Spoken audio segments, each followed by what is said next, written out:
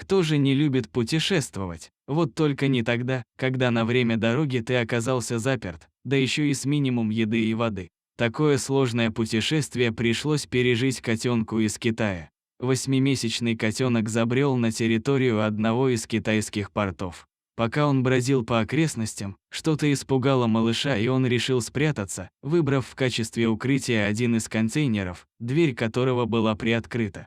Оказалось, что этот контейнер уже готовился к отправке, и через несколько минут дверь была заперта. Вместе с испуганным котенком внутри контейнер подняли на судно корабля, и он отправился в путь. Путешествие было не близким, ведь судно шло в Италию, доставляя контейнеры в порт Генуи. Корабль провел в море 35 суток, затем несколько дней ушло на то, чтобы таможня проверила документы и разрешила разгрузку корабля.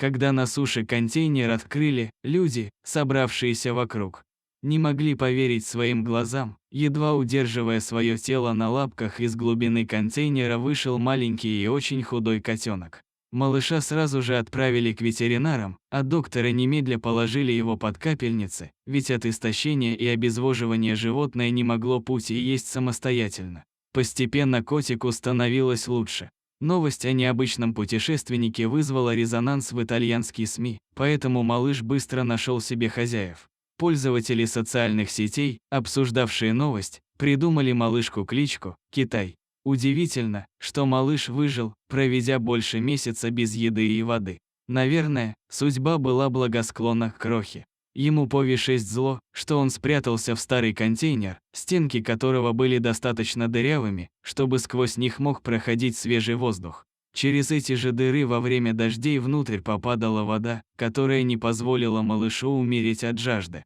Повезло котенку и потому, что в контейнере везли комбикормы, хотя это не самая подходящая пища для котов, именно она не дала ему голодать. Последний раз котенку повезло, что те, кто открывал контейнер, оказались добрыми людьми и отправили его к врачу, а не просто оставили умирать в порту.